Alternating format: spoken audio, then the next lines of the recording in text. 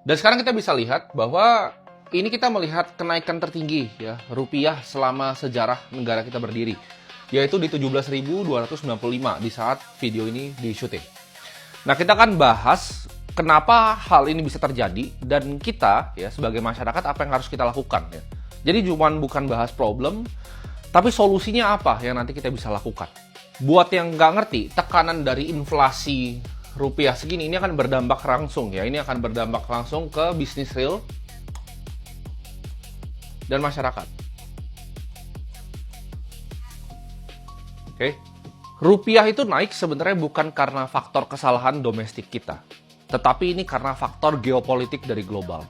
Sebenarnya bukan rupiahnya yang cuma melemah, tapi dolarnya yang menguat. Ya, jadi kalau kita nanti lihat dari dolar indeks, kita akan bahas nanti, kita bisa lihat bahwa pelemahan mata uang, terutama di negara yang diklasifikasikan sebagai emerging market memang menurun. Dan dolar itu memang menguat, ya, lawan semua mata uang yang emerging market.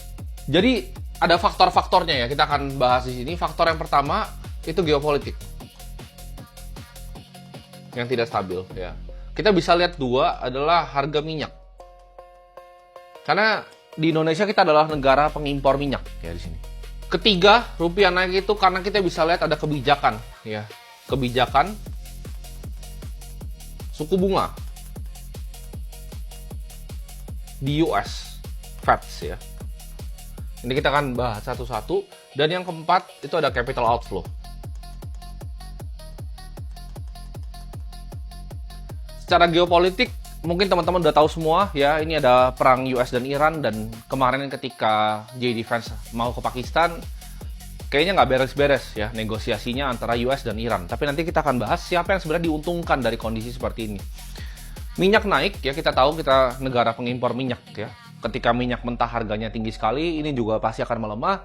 Di sini kita juga lihat ada kebijakan suku bunga. Kenapa? Karena kalau suku bunga di US itu tinggi, orang mau lariin duitnya ke dolar. Ya, ini memang strateginya Amerika untuk cekek negara-negara lain. Ya, contohnya seperti Cina.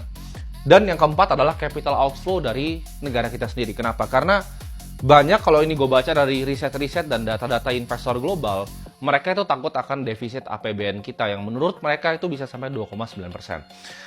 Jadi orang takut ya taruh uang di Indonesia dan mereka keluarin uangnya. Ketika kebijakan suku bunga US itu masih naik, orang akan taruh duitnya di safe haven, yaitu US dollar ya, global reserve currency.